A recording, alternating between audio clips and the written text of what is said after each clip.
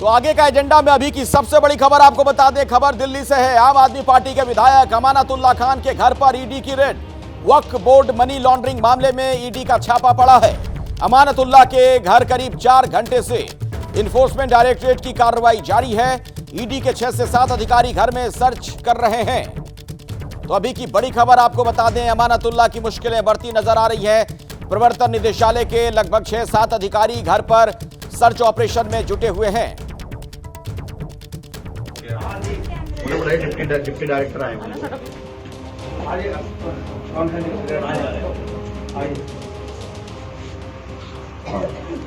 देखिए SHO साहब, जब इन्होंने मुझे बुलाया जी तब मैं गया। मेरी मदर इन लॉ को कैंसर है, सीरियस पेशेंट है। अभी 4 दिन पहले उनका ऑपरेशन हुआ है। मैं इनसे ये जानना चाहता हूँ कि इस बात की अगर ये जिम्मेदारी लेते हैं कि उनकी मौत नहीं होगी टेंशन में, हम एक करेंगे। अगर आप ये जिम्मेदारी अगर लेते हैं कि अगर मौत नहीं होगी, मैंने आपको लिख कर दिया हुआ है, कोई हमने अभी तक आपके साथ मिसबिहेव नहीं किया। हमने सिर्फ कहा, सुन लीजिए ना, आप सुन लीजिए पहले, आप सुन लीजिए डिप्टी डायरेक्टर साहब, सुन लीजिए आप पहले मेरी बात सुनिए आप। मैंने सिर्फ ये इतनी टाइम जो आपको लगा सिर्फ इसलिए लगा कि लोकल अध्यक्ष मेरे मौजूद नहीं थे। मैंने कहा कि लोकल पुलिस आ जाए। अब आप मुझे ये बताइए, क्या आप ये जिम्मेदारी ले रहे हैं कि मुझे आप गिरफ्तार करके ले जाएंगे? मुझे आप गिरफ्तार करके ले जाएंगे, मेरी मदर इन लॉ को कुछ नहीं होगा, ये आप जिम्मेदारी ले रहे हैं? Please listen, you are raising your voice and disturbing your own mother in law. नहीं, आप सुनिए ना, मेरी मदर इन लॉ, ये तो मुझे गिरफ्तार करने आए ना। अब जैसे ये आप बताइए कि मेरी यहाँ पर मेरी मदर इन लॉ कैंसर से पीड़ित है, जो पूछताछ करनी मेरी पिछली मरतबा ये आए थे, मेरी मदर जो पिछली मरतबा आए थे। मेरी बात सुनो, आपसे पूछताछ करनी इन्होंने, आप अंदर क्यों बुलाते हो? आप अंदर क्यों छोड़ करते? अरे सर, पिछली बार आए थे ना, इसी केस में ये देखिए गवर्नमेंट, इसी केस में सीबीआई ACB ने मुझे गिरफ्तार कर लिया, सर्च कर लिया। इसी केस में 10 अक्टूबर को 2023 को ये ऑलरेडी मेरे घर सर्च कर चुके हैं। अब ये क्या पूछताछ? मैं इनके यहाँ चलो जो भी है हमारा काम इनके यहाँ हमारा काम कर लीजिए। आपका मदर इन लॉ है, आपका मदर है, आप उनको, मैं इसका बोल रहा हूँ। तो जब ईडी की टीम घर पहुंची थी, आप देख रहे थे अमानतुल्लाह के घर पर किस तरीके से ये नोकझोंक हो रही थी। वहां पर स्थानीय पुलिस भी ईडी की टीम के साथ थी। और अभी की कुछ अलग अलग तस्वीरें आपको दिखा देते हैं किस तरीके से ये सर्च ऑपरेशन जारी है। और इसी पर कुछ विशेष जानकारी अपने सहयोगियों से भी लेंगे। हमारे साथ अहमद बिलाल भी जुड़ने वाले हैं, जो कि अमानतुल्लाह के घर के बाहर मौजूद हैं। मनोज वर्मा ईडी के दफ्तर से हमारे साथ हैं और हमारे साथ दीपक रावत भी जुड़ रहे हैं आम आदमी पार्टी के ऑफिस से। उनके पास भी हम आपको लिए चलेंगे। और सबसे पहले बिलाल, आप जरा बताइए, जो वहां पर सर्च ऑपरेशन जारी है उससे जुड़ी और क्या जानकारी आपको मिल पा रही है? बिल्कुल अखिलेश, देखिए आपको बताना चाहूँगा कि तकरीबन 4 घंटे से ओखला से आम आदमी पार्टी के विधायक अमानतुल्लाह खान के घर पर रेड जो है वो चल रही है। और अब यहाँ पर हलचल जो है वो बढ़ गई है। आपको मैं दिखाना चाहूँगा कि दिल्ली पुलिस की एक जिप्सी जो है वो अमानतुल्लाह खान के घर के ठीक जो है वो प्रतीत होता है कि अब से कुछ देर में ही अमानतुल्लाह खान को उनके घर से जो है वो निकाला जा सकता है और उनको वहां से लेकर के जाया जा सकता है।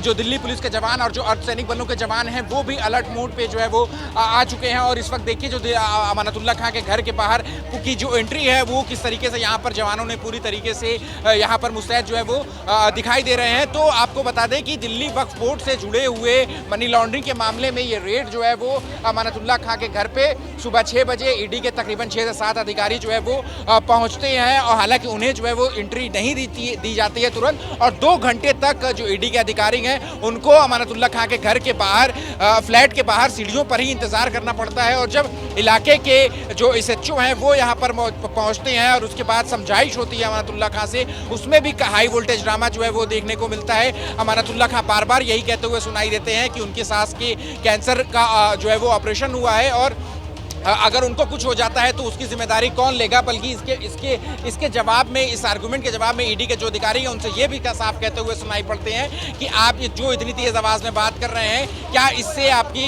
मदर इन लॉ को दिक्कत नहीं हो रही है? तो एक हाई वोल्टेज ड्रामा भी अमानतुल्लाह खान के घर में एंट्री को लेकर के यहाँ पर देखने को मिला है। और तकरीबन 8:15 बजे के करीब ईडी के अधिकारियों को जो है वो अमानतुल्लाह खान के घर के अंदर जाने की इजाजत मिली और सर्च ऑपरेशन जो है वो अभी भी अमानतुल्लाह खान के के घर के अंदर जो है वो चलाया जा रहा है। और यहाँ पर जो सिक्योरिटी फोर्सेस हैं वो कहीं ना कहीं जो है वो अब अलर्ट मोड पर आ चुकी हैं। और जिप्सी बिलाल, एक बात बताइए मुझे, बिलाल, सर्च ऑपरेशन के बारे में क्या पता चल पा रहा है? क्या कुछ बरामदगी हुई है और क्या आज गिरफ्तारी भी हो सकती है अमानतुल्लाह की? अखिलेश, देखिए, आपको बताना चाहूंगा कि अमानतुल्लाह खां के घर पे जो दस्तावेजों को की खंगाली जो है वो की जा रही है। सर्च ऑपरेशन में यही कोशिश की जा रही है कि जब अमानतुल्लाह खां दिल्ली वक्फ बोर्ड के अध्यक्ष थे तो उस वक्त जैसा कि आरोप लगाया जा रहा है कि उन्होंने वक्फ बोर्ड की संपत्तियों को लेकर के कहीं ना कहीं जो है वो कथित घोटाला किया। वक्फ बोर्ड की जो रिक्रूटमेंट थी उसमें भी अवैध नियुक्तियां जो है वो की गई। तो इन सभी मामलों को लेकर के ये जो 2016 में एंटी करप्शन ब्यूरो ने इस मामले में केस दर्ज किया, फिर उसके बाद सीबीआई ने भी इसमें जांच करी और अब ईडी की जांच जो है वो अमानतुल्लाह खां के ऊपर जो है वो कई पिछले कुछ महीनों से जो है वो चल रही है। और इससे पहले भी अप्रैल के महीने में भी अमानतुल्लाह खां को ईडी के सामने पेश होना पड़ा था, जिसमें 13 घंटे तक अमानतुल्लाह खां से पूछताछ हुई थी। और पिछले साल अक्टूबर के महीने में भी इसी घर पर ईडी के अधिकारियों ने जो है वो रेड डाली थी। ठीक है बिलाल, मैं आता हूं आपके पास। दरअसल आम आदमी पार्टी के विधायक है अमानतुल्लाह खान, उन्होंने एक बड़ा दावा भी किया है कि मुझे गिरफ्तार करने के लिए ईडी की टीम आई है। उन्होंने कहा कि अमानतुल्लाह ने कहा कि मुझ पर कई एफआईआर दर्ज की गई हैं, मुझे और मेरी पार्टी को परेशान किया जा रहा है। तो अमानतुल्लाह खान का यह कहना कि मुझे अरेस्ट करने के लिए ईडी की टीम यहां पर आई है। आप देख रहे थे तस्वीरें भी किस तरीके की नोकझोंक हो रही थी जब ईडी के लोग वहां पर पहुंचे थे। अभी ईडी मेरे घर सर्च वारंट के लिए आई है। 2016 का ये मामला है। सीबीआई ने एफआईआर दर्ज की थी जिसमें ऑलरेडी केस जो है चल रहा है, ट्रायल कोर्ट के अंदर चल रहा है, चार्ज पर बहस हो रही है। और उसमें जो है उसके बाद 2022 में एसीबी ने मेरे यहाँ सर्च वारंट किया, मुझे गिरफ्तार किया, जिसमें मैं 10 दिन के अंदर मुझे जो है ज़मानत हो गई। इसमें आप सर्च कर चुके हो, मेरी मदर इन लॉ उनको कैंसर है और उनका अभी 4 दिन पहले ऑपरेशन हुआ है अपोलो के अंदर और वो बहुत सीरियस हैं और वो मेरे घर पर हैं, मेरे पास हैं। और वो अगर उनको कुछ हो गया या वो यहीं अगर उनकी खुदा ना करे कुछ ऐसा हो गया जिसका क्या उसका ये जवाब देंगे? अब अभी तक तो कुछ साबित नहीं हुआ। फर्जी मुकदमा मुझ पर ये लगाते जा रहे हैं एक के बाद एक के बाद एक के बाद एक। और इसी ईडी वाले केस में तो ऑलरेडी सीबीआई से मैं जमानत पर हूँ, एसीबी से मैं जमानत पर हूँ। आइए मैं आपको सीधे ईडी ऑफिस ले चलता हूं। मेरे साथ मनोज वर्मा वहां से मौजूद हैं। मनोज, ईडी के जो अब तक की कार्रवाई है तो उससे जुड़ा अपडेट अगर आपके पास हो तो वो बताएं, और क्या गिरफ्तारी मुमकिन है? जिस तरह का मामला है उसमें क्या अमानतुल्लाह खान गिरफ्तार हो सकते हैं? देखिए अखिलेश, गिरफ्तारी के बारे में अभी कहना मुश्किल है कि क्या आज ईडी अमानतुल्लाह खान को गिरफ्तार करेगी, लेकिन इस मामले की जांच पिछले काफ़ी समय से ईडी कर रही है। और जिस वक्त 2018 से 2022 तक अमानतुल्लाह खान वक्फ बोर्ड के अध्यक्ष थे, उस दौरान का ये मामला है जब 32 भर्तियां वक्फ बोर्ड में की गई थी। और आरोप ये लगा था अमानतुल्लाह खान पर कि 32 जो भर्तियां की गई हैं वो नियमों को ताक पर रखकर की गई हैं। उसके अंदर जो 5 लोग हैं वो अमानतुल्लाह खान के रिश्तेदार बताए जा रहे थे। इसके अलावा जो 22 लोग थे वो ओखला के रहने वाले लोग थे, यानी कि जहां से अमानतुल्लाह खान इस समय विधायक है वहां के रहने वाले लोग थे। इसके अलावा कुछ वक्फ बोर्ड की ज़मीन थी जिसको पट्टे पर दिया गया था और पट्टे पर देने के बाद उससे जो पैसा कमाया गया था, गलत तरीके से पट्टे पर दिया गया था और उससे पैसा कमाया गया था और उससे दिल्ली के अंदर कई अलग इलाकों में ज़मीन खरीदी गई थी। तो इस मामले की जो जाँच थी वो ईडी कर रही है लगातार। इससे पहले भी अमानतुल्लाह खान को यहाँ ईडी ऑफिस में बुलाया गया था। तकरीबन 13 घंटे की पूछताछ चली थी और रात को 1:30 बजे अमानतुल्लाह खान को छोड़ दिया गया था। फिलहाल आज सुबह जब ईडी की टीम यहाँ पर पहुंची है तो लगातार पूछताछ की जा रही है, सर्च ऑपरेशन किया जा रहा है अमानतुल्लाह खान के घर के अंदर। इससे पहले भी जब सर्च ऑपरेशन किया गया था तब कई दस्तावेज ईडी को बरामद हुए थे। एक डायरी भी वहां से मिली थी जिसके अंदर कुछ जो मनी लॉन्ड्रिंग के तहत जो मामला था वो सामने आया था, यानी कि उसके अंदर कुछ ऐसी एंट्रियां पाई गई थी जो सही नहीं थी। इसी के तहत ईडी लगातार इस मामले की जांच कर रही है। अब देखना होगा कि जांच आगे कहां तक पहुंच पाती है, क्या आज वहां से कुछ बरामदगी होती है या फिर नहीं होती है। और अभी ये कहना मुश्किल है कि क्या ईडी अमानतुल्लाह खान को गिरफ्तार करेगी या फिर। ठीक है मनोज, नजर बनाकर रखिए आप इस खबर पर। अमानतुल्लाह के घर पर ईडी रेड पर राजनीति भी तेज हो गई है। आपको बता दें कि संजय सिंह का बयान आया, उन्होंने कहा कि मोदी सरकार की ये तानाशाही है। बीजेपी ने पलटवार किया कि आम आदमी पार्टी भ्रष्टाचारियों की जमात है। तो आप देख रहे हैं इस पर सियासत का जो की जो तस्वीर दिख रही है, आम आदमी पार्टी का वही स्टैंड। जब भी उसके किसी नेता की गिरफ्तारी होती है, फंसते हैं, तो उसका यही कहना कि हमें गलत तरीके से फंसाया जा रहा है। अमानतुल्लाह खान जो आम आदमी पार्टी के विधायक हैं, उनके घर पर ईडी सुबह सुबह छापा मारने के लिए पहुंच गई। ऐसे वक्त में जब उनकी मदर इन लॉ को कैंसर हुआ है, और ऐसा नहीं कि ईडी को इस बात की जानकारी नहीं है, अमानतुल्लाह खान के वकील ने बाकायदा लिखकर उनसे समय मांगा कि एक मामले की तीन इन्वेस्टिगेटिंग एजेंसी जांच कर रही है, 2 एजेंसी की जांच में कुछ मिला नहीं, आपकी जांच में कुछ आज तक साबित हुआ नहीं। चुनाव के ठीक पहले दिल्ली के अंदर आप दिल्ली का माहौल बिगाड़ने के लिए बीजेपी के हथियार के तौर पे इस्तेमाल हो रहे हो, तो मैं समझता हूं कि ईडी वालों को अपनी कार्रवाई पर ध्यान देना चाहिए। सुप्रीम कोर्ट से बार बार तुम लोगों को लताड़ पड़ रही है, बावजूद इसके सिर्फ और सिर्फ मोदी के कठपुतली बन के रह गए हो। आम आदमी पार्टी में एक लंबी जमात अपराधियों और भ्रष्टाचारियों की है, और जब उन पर कानून कार्रवाई करता है तो ये चिल्लाने लगते हैं। दिल्ली वक्फ बोर्ड जैसी संस्था में भ्रष्टाचार करने वाले, गबन करने वाले अमानतुल्लाह खान, जो गाहे बगाए अपनी गुंडई के लिए चर्चा में भी रहते हैं। मेरे साथ दीपक रावत भी जुड़े हुए हैं आम आदमी पार्टी के दफ्तर के बाहर से। और देखिए, कुल मिलाकर बिल्कुल उसी लाइन पर दीपक ये बयान आ रहे हैं जो कि पहले भी हम देख चुके हैं कि जब भी किसी जांच एजेंसी की कार्रवाई होती है आम आदमी पार्टी के किसी नेता के खिलाफ, तो इसी तरीके के बयान दिए जाते हैं। इसमें किस तरह की राजनीति आप देख पा रहे हैं? चुनाव से चूंकि जोड़ रही इसे आम आदमी पार्टी। जी बिल्कुल, राजनीति तो होगी इस अमानत को लेकर, क्योंकि चुनाव बेहद नज़दीक है अखिलेश। लेकिन 2 चीज़ें बता देता हूं। अमानतुल्लाह खान है कौन? ओखला से आम आदमी पार्टी के विधायक है, 2015 में पहली बार चुने गए थे। और अमानतुल्लाह खान वो नाम है जिसको लेकर विवाद लगातार गहराते रहे हैं, चाहे कोई भी चीज़ का विवाद हो, वक्फ बोर्ड से जुड़ा विवाद हो, घर पर कैश मिलने से जुड़ा विवाद हो, या फिर किसी के साथ मारपीट से जुड़ा विवाद हो। इससे पहले जब ये जांच शुरू हुई 2015 में, जब ये विधायक बने, सरकार बनी अरविंद केजरीवाल की, उसके बाद तुरंत इनको वक्फ बोर्ड का चेयरमैन बना दिया गया, क्योंकि इकलौते बड़े मुस्लिम चेहरे थे दिल्ली में आम आदमी पार्टी के। वक्फ बोर्ड के चेयरमैन के रहते इनके खिलाफ शिकायत गई, एसीबी ने जांच की, इनकी गिरफ्तारी तक हुई है 2022 में। गिरफ्तारी होने के बाद कुछ महीने जेल में रहे, कोर्ट से जमानत मिली, बाहर आए, उसके बाद भी जांच चलती रही, ईडी ने भी जांच शुरू करी, और अब इस तरीके से लगातार पूछताछ और रेड चल रही है। आम आदमी पार्टी की जहां तक बात है, तो आम आदमी पार्टी लगातार, चाहे वो कथित शराब घोटाला हो, चाहे वक्फ बोर्ड से जुड़ा मामला हो, जब भी ईडी सीबीआई कोई मामला दर्ज करती है, कार्रवाई करती है, तो उसे चुनाव से जोड़कर देख लेती है, राजनीति से जोड़कर देख लेती है। लेकिन केंद्रीय एजेंसियों का सीधा तौर पर यह कहना है कि जब शिकायत हुई है तो उसकी जांच तो होगी ही, उसको लेकर रेड होगी ही, उससे पूछताछ होगी, इसीलिए पूछताछ की जा रही है। लेकिन सियासत इसलिए गरमा रही है क्योंकि दिल्ली में कुछ महीनों बाद विधानसभा चुनाव होने हैं, बिल्कुल, आम आदमी पार्टी से जोड़कर इसे देख रही है आम आदमी पार्टी की, इसीलिए कार्रवाई की जा रही है। बहुत बहुत धन्यवाद दीपक आपका। मनोज वर्मा भी हमारे साथ थे, हमारे साथ अहमद बिलाल भी थे जुड़े हुए हमारे सहयोगी, आप सभी का बहुत शुक्रिया। अब बात कर लेते हैं पश्चिम बंगाल की। यहां कोलकाता में लेडी डॉक्टर से रेप मर्डर में इंसाफ की मांग के लिए लगातार आक्रोश बना हुआ है। विरोध प्रदर्शन का सिलसिला लगातार जारी है, और इन सब के बीच ममता सरकार एंटी रेप लॉ को एक कदम बढ़ाने वाली है। आज से बंगाल विधानसभा का विशेष सत्र शुरू हो रहा है, जिसमें यह बिल पेश किया जाएगा, रेप विरोधी बिल, एंटी रेप बिल, और बीजेपी इसका समर्थन करेगी। यह भी बड़ी खबर आपको बता दें, इस बिल के समर्थन में है भारतीय जनता पार्टी। तो विधानसभा का 2 दिनों का यह विशेष सत्र है। जिस तरीके की दरिंदगी भरी घटना वहां पर सामने आई थी, सरकार सवालों के घेरे में है। और हमारे साथ मनोज्ञा इस वक्त इसी खबर पर मौजूद हैं कुछ और जानकारी के साथ। मनोज्ञा, एक तो ये बताइए कि इस बिल में क्या कुछ खास प्रावधान है, और दूसरी बात कि इस मामले में कम से कम ममता बनर्जी और बीजेपी साथ हैं।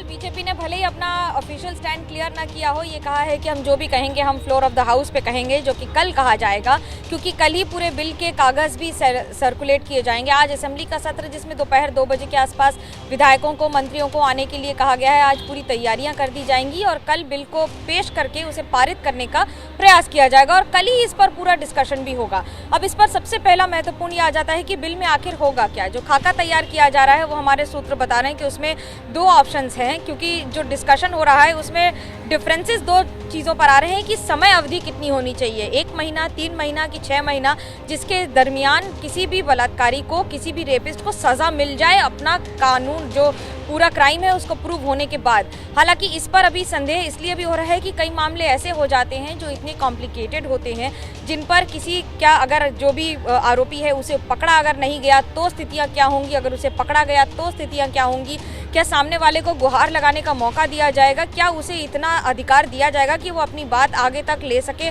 पहुंचा सके, कि किसी को भी कॉर्पोरल पनिशमेंट यानी फांसी की सज़ा देने के पहले उसे राष्ट्रपति तक जाने का अधिकार है। पर जो बात आ जाती है कि मिलॉर्ड तारीख पर तारीख, तो ये कम करने का और ये खत्म करने का एक प्रयास देखा जा रहा है और एक फास्ट ट्रैक कानूनी विधि के तौर पर इंसाफ दिलाने की कोशिश। ठीक है मनोकिया, धन्यवाद आपका इस जानकारी के लिए। और अभी की बड़ी खबर आपको बता दें, भेड़िए और बाघ के हमलों पर मुख्यमंत्री योगी आदित्यनाथ ने निर्देश दिया है। वरिष्ठ अधिकारियों को जिलों में कैंप करने को कहा गया है। बहराइच, सीतापुर, लखीमपुर में कैंप करने का निर्देश दिया गया है, यानी कहा गया है कि आप मुस्तैदी बरतें। तो आपको बता दें, ना सिर्फ भेड़िए बल्कि बाघ के हमले की सूचना भी आ रही है और ऐसे में अब मुख्यमंत्री ने इस मामले में सख्त रुख अख्तियार कर लिया है और तमाम वरिष्ठ अधिकारियों को कहा गया है कि आप खुद कैंप करें, मुआयना करें, जानकारी लें। इस तरह की घटनाएं बढ़ क्यों रही हैं? चूंकि भेड़ियों के हमले जो हैं रुकने की बजाय बढ़ते जा रहे हैं।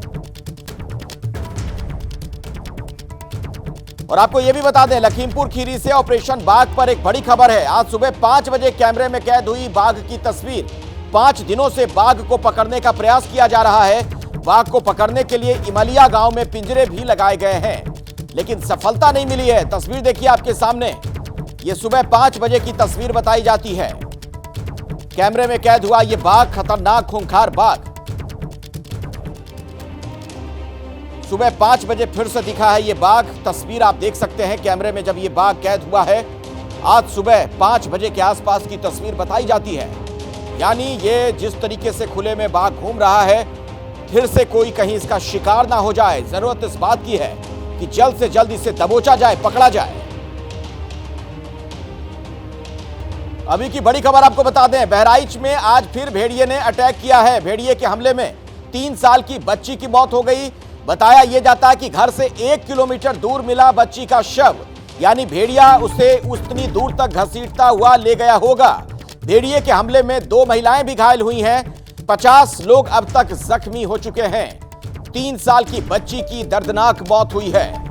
तो भेड़िए का आतंक अभी भी जारी है। बहराइच में फिर से भेड़िए ने अटैक किया है। आपको बता दें कि दरअसल ये भेड़िए आदमखोर हो चुके हैं। इंसानी बस्तियों में घुसकर हमले करते हैं और खास तौर पर छोटे बच्चे, मासूम बच्चे उनके निशाने पर। 2 महिलाएं भी घायल हुए हैं भेड़िए के हमले में और एक 3 साल की बच्ची की जान चली गई है। 50 लोग कुल जिनकी अब तक जान जो अब तक इस हमले के शिकार हो चुके हैं। 3 साल की बच्ची की भी मौत हुई है। घर से 1 किलोमीटर दूर तक इस बच्ची को उठाकर वो भेड़िया ले गया था। और आइए सीधे मैं आपको बहराइच लिए चलता हूं। मेरे साथ विवेक श्रीवास्तव मेरे सहयोगी वहां से मौजूद हैं। विवेक, आज क्या ताजा जानकारी आपके पास वहां से है? चूंकि ये भेड़िए तो दिन ब दिन और ज्यादा घातक होते जा रहे हैं, हिंसक होते जा रहे हैं।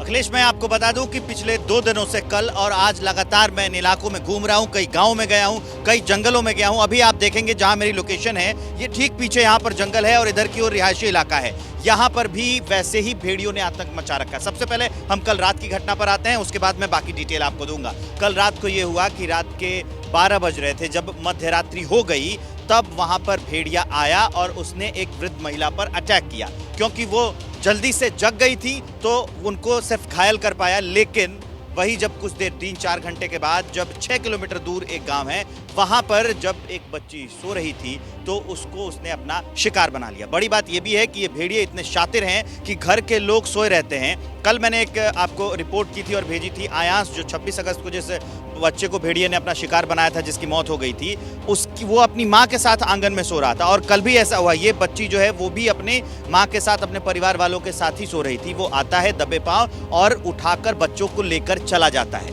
अब ये तो पूरी जानकारी हो गई, लेकिन वन विभाग लगातार कह रहा है कि हम भेड़ियों को पकड़ने की कोशिश कर रहे हैं, लेकिन ये कोशिश नाकाम है।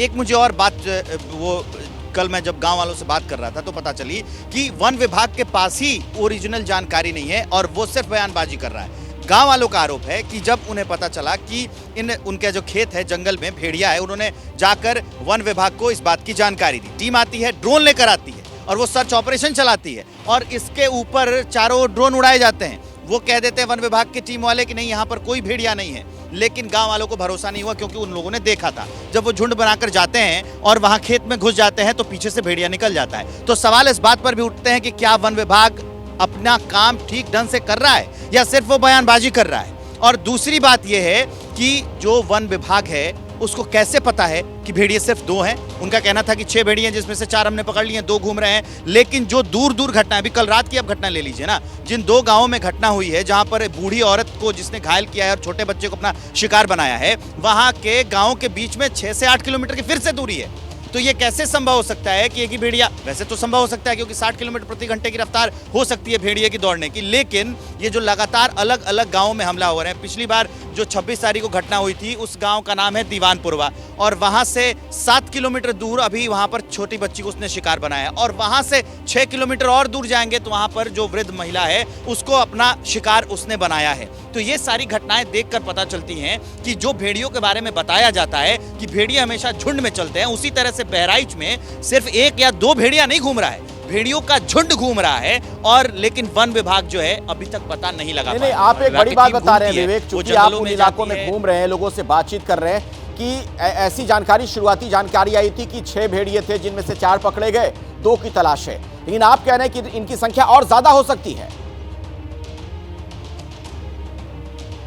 बिल्कुल अखिलेश, क्योंकि मैं कह रहा हूं भेड़ियों का नाम राम मोहन सोहन तो है नहीं कि राम मोहन को पकड़ लिया तो सोहन बाकी रह गया।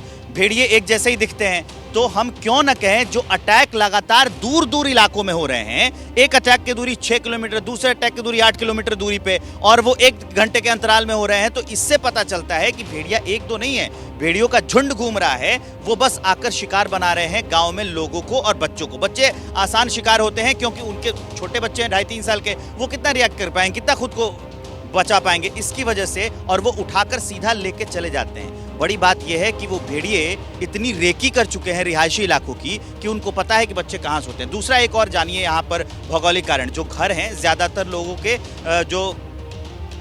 जो बांस के गेट बनाए हुए हैं, ग्रामीणों ने अपने बनाए हुए हैं, तो उनसे और आसानी होती है। एक तो उनकी हाइट कम होती है और आसानी से वो झोपड़ी के घर में घुस जाते हैं और वहाँ से बच्चे को निकाल कर लेके चले जाते हैं। क्योंकि अगर कोई खरखर जाने के समय हुई तब पता चलता है, नहीं तो सीधा 1 घंटे के बाद पता चलती है, जब उसकी माँ उस बच्चे को ढूंढ रही होती है कि मेरा बच्चा कहाँ गया, तब पता चल रहा है। अच्छा, ये इतने शातिर हैं कि दबे पांव आ रहे हैं और फिर बच्चों को लेके जा रहे हैं। ठीक, एक बात और बताइए, जैसे पिछली बार जो भेड़िया पकड़ा गया तो हम लोगों ने देखा था कि एक लोहे का बड़ा सा पिंजरा नजर आया था, एक ट्रैप बिछाया गया था जिसमें उसे कैद किया गया था भेड़िए को। क्या अब इस तरीके से नहीं पकड़ा जा रहा, जो एक ट्रेडिशनल मेथड है इस तरह के खूंखार जानवरों को पकड़ने का, क्यों नहीं अभी गिरफ्त में आ रहे हैं भेड़िए जो बचे हुए हैं? कल मैंने जिस जगह से रिपोर्ट की थी अखिलेश, जब पूरे दिन मैं कर रहा था रिपोर्ट, तो देखा होगा मैं इन घने जंगलों के इलाकों में गया था। इन लोगों के पिंजरा, वन विभाग की टीम भी वहां पर गई हुई थी। एक जाल नुमा जो है, जाल बना रखा है, पकड़ने की कोशिश हो रही है, लेकिन वो दिख ही नहीं रहा है। बड़ी बात यह भी है कि ग्रामीण जो मुझसे मिले वो कह रहे हैं कि भेड़ियों को उन्होंने देखा है भागते हुए, लेकिन वन विभाग की टीम को नहीं दिख रहा है। तो ये बड़ा सवाल है और यही कॉन्ट्राडिक्शन है, यही विरोधाभास है कि पता नहीं चल, वन विभाग कह रहा है कि नहीं हम तो कर रहे हैं पता, लेकिन जो ग्रामीण है उनको भेड़ियों से निजात मिल ही नहीं पा रही है। तो ये समस्या दिन ब दिन और ज्यादा बढ़ती जा रही है और खतरनाक होती जा रही है, क्योंकि भेड़ियों के मुंह में खून लग गया है और वो लगातार अपना शिकार और ज्यादा कर रहे हैं, हो चुके हैं। बिल्कुल सही बात आप कह रहे हैं विवेक। अब मैं दर्शकों को वो रिपोर्ट दिखाना चाहता हूं जिसमें आपने, मतलब हमारे सहयोगी ने भेड़ियों के शिकार हुए एक मासूम के परिवार से बात की। उन्होंने जाना कि इलाके में कैसे आदमखोरों का आतंक है, मातम है, दहशत है। 26 अगस्त की रात बहराइच का दीवानपुरवा गांव, 5 साल के बच्चे आयांश को खूंखार भेड़िया उठा ले जाता है। मेरे साथ उसके माता पिता हैं, ज़रा उनसे बात करते हैं और ये पूछते हैं और जानते हैं कि उस रात आखिर क्या हुआ था। क्या हुआ था उस रात? वो आपके साथ था ना बच्चा? हमारे पास सो रहा है। बस सो रहा था। कितने बजे रात की घटना है? 2 बजे। आपको कैसे लगा? जैसे इधर भैया वहाँ पड़ता है बड़का और इस साइड छोटा वाला पड़ता है, बीच में पड़ता है, तो दुनहुन का एक साइड कई लित रहा है, लेकिन वो ना सौंत रहा है, वो काट रहा है, दुनहु लग रहा हो, भैया लग रहा हो, हम लोग लग रहा हो, और दुनहु जमीन में चपट के हमका पहुँच रहा। जब ऐसे का दूध दिए लागे ना, बाद में ऐसे घूम के तब ऐसे देखें, तब भैया ना पाए। कितना खौफनाक है, कितना दर्दनाक है और कितना हृदय विदारक है कि एक माँ अपने बच्चे के साथ सो रही है, रात जब देर रात होती है, उसके घर वाले जो हैं घर के बाहर ही सो रहे हैं, और एक भेड़िया आता है और यहाँ से उसे उठाकर लेकर चला जाता है। उस रात को आप कहाँ थे? हम घर में थे, पिताजी हम बाहर लेटे थे, ये सब अंदर लेटे थे, तीनों आदमी मोहरे में जस्ट। और 2 बजे नींद पड़ी है कि वो नींद पड़ा बहा कि वो आया है, अब पता नहीं चला किसी को कितनी देर में वो लेके गया, कितनी देर में क्या हुआ। आग हुई खाली, बस उतने देर में आई के फिर आंखें खुल गए, तुरंत ढूंढने लगे सब। जन्माष्टमी थी, रौनक थी, सब लोग त्यौहार मना रहे थे, कृष्ण का जन्मदिन मना रहे थे, और 2 बजे के आसपास, क्योंकि गांव में वैसे भी जन्माष्टमी के दिन में हर जगह पे रौनक रहती है, ये बता रहे हैं कि जैसे ही रात के 2 बजे के आसपास हल्की सी नींद लगी, भेड़िया आया और बच्चे को ले गया। आसमानी आफत लोगों पर मुसीबत बनकर बरस रही है। आंध्र और तेलंगाना में बारिश से बुरे हालात हैं। तस्वीरें हम आपको कुछ दिखाएंगे जो इसकी गवाही देती हैं। आंध्र प्रदेश के विजयवाड़ा में बारिश के बाद बाढ़ के हालात पर लोगों को, आप देखिए किस तरीके के हालात वहां पर बने हुए हैं, परेशान करने वाले। लोगों की मदद के लिए एनडीआरएफ की तैनाती की गई है, राहत और बचाव के काम में वो लोग जुटे हुए हैं। दूसरी ओर सूबे के मुख्यमंत्री चंद्रबाबू नायडू बाढ़ के हालात को लेकर काफी गंभीर हैं। सीएम ने आज बाढ़ प्रभावित इलाकों का खुद दौरा किया है, लोगों की परेशानी को जाना। बाढ़ प्रभावित इलाकों की मदद के लिए हेलीकॉप्टर से बाकायदा राहत सामग्री भेजी जा रही है। आपको यह भी बता दें कि विजयवाड़ा में क्या हालात हैं। दरअसल पानी में डूबी हुई कॉलोनियां जो नजर आ रही हैं, वो खुद ब खुद स्थिति बयां करती हैं। आंध्र प्रदेश और तेलंगाना दोनों ही राज्य बाढ़ और बारिश की मार इस वक्त झेल रहे हैं। आंध्र प्रदेश के विजयवाड़ा में बाढ़ के हालात से शहर के कई इलाकों में पानी भरा हुआ है। एनडीआरएफ की टीमें हैं, मौके पर मौजूद हैं। सीएम चंद्रबाबू नायडू ने हालात का जायजा लिया है। बाढ़ प्रभावित इलाकों में खुद पहुंचे हैं सीएम। ये विजयवाड़ा की तस्वीर आप देख सकते हैं। लोगों के घरों में, दुकानों में, बाजार में पानी घुसा हुआ। ये आसमान से जो तस्वीरें ली गई हैं, जो ये वीडियो तैयार किया गया, उसमें आप देख पा रहे होंगे हर तरफ पानी ही पानी। ये ऐसा लगता है कोई हाउसिंग सोसाइटी है जिसके अंदर पानी घुस गया। लोगों की जो कोठियां हैं, जो घर हैं, वो डूबे हुए। ये विजयवाड़ा की तस्वीर आपके सामने है। ये तमाम बाइक्स आप देख रहे थे, ऑटो हैं, कार हैं, सब पानी में डूबे हुए, जलमग्न। तो लोगों के सामने जाहिर तौर पर अब तमाम तरह की दिक्कतें आ रही हैं। ये विजयवाड़ा के हाल आपके सामने हैं। बारिश के बाद आप देखिए सड़कों का हाल। यहाँ पर एनडीआरएफ के लोग बोट लेकर सड़कों से गुजर रहे हैं। जो लोग जहां तहां फंसे हुए हैं, पिछले काफी दिनों से उन्हें बचाने का प्रयास किया जा रहा है। और जरूरत इस बात की है कि लोगों तक जल्द से जल्द मदद पहुंचे। और देखिए चंद्रबाबू नायडू ने खुद मोर्चा संभाला हुआ है। सूबे के मुख्यमंत्री कुछ इस तरीके से बोट पर सवार होकर लोगों के बीच पहुंच रहे हैं, उन्हें मदद का भरोसा दे रहे हैं। और अब ये तेलंगाना की तस्वीर आपके सामने आप देख रहे हैं। ये रेलवे लाइन और इसके बिल्कुल बगल तक इस तरीके से पानी पहुंचा हुआ। और ऐसे में जो आवाजाही है, रेल यातायात पर भी इसका असर पड़ने लग गया है। आसपास का जो रेलवे ट्रैक के आसपास का पूरा हिस्सा है, ये पानी में डूबा हुआ नजर आ रहा है। और एक जगह तो ऐसा भी आप देख पाएंगे कि इस रेलवे ट्रैक के नीचे की जमीन ही बह गई है, धंस गई है। तो अमूमन जो रेलवे ट्रैक होते हैं थोड़ी ऊंचाई पर होते हैं, आसपास के इलाकों से, आसपास की जमीन से ज्यादा सतह से इसकी ऊंचाई होती है। लेकिन आप देखिए पानी कहां तक पहुंच चुका है। ट्रेन रुक गई हैं और आगे की तरफ आप देखेंगे वहां पर ट्रैक के नीचे जमीन आपको नजर नहीं आएगी, मिट्टी। ऐसा लगता है कि पानी के तेज बहाव की वजह से बह गई है। तो ये दो अलग अलग तस्वीरें आपके सामने हैं। आंध्र प्रदेश में विजयवाड़ा की तस्वीर है और तेलंगाना में आप देखिए क्या हाल है। तेलंगाना के हैदराबाद में भी बारिश से जनजीवन अस्त व्यस्त है। रिहायशी इलाकों में पानी भर चुका है। लोग कुदरत की मार को झेलने को मजबूर हैं। हैदराबाद से एबीपी न्यूज संवाददाता आशीष की एक रिपोर्ट आपको दिखाते हैं। शहर का बिल्कुल बीच का इलाका है, बेगमपेट का इलाका है और यहाँ पर आप देख सकते हैं ऐसे रिहायशी इलाकों में पूरी तरीके से गंदा, ये जो सूएज का पानी है, ये नाले का पानी ये पूरा भरा हुआ है और यहाँ के लोगों को कितनी मुश्किल हो रही है। स्थिति हैदराबाद में लगातार ऐसी ही है। हालांकि ग्रेटर हैदराबाद म्यूनिसिपल कॉरपोरेशन ये दावा करता है कि उसके कर्मचारी लगातार रात भर जब बारिश हो रही थी उस दौरान फील्ड में थे और लगातार वाटर स्टैग्नेशन या जल जमाव की शिकायतें जहाँ पर से मिल रही हैं उनको हटाने की कोशिश की जा रही है। लेकिन ये जो इलाका है, पॉश इलाका कहा जाता है बेगमपेट का, यहाँ पर की स्थिति आप देख सकते हैं कैसी है और किस तरीके से वाटर स्टैग्नेशन, जल जमाव, गंदा नाले का पानी न सिर्फ लोगों को मुश्किल पैदा कर रहा है बल्कि उनके लिए बीमारियों का भी सबब बन रहा है।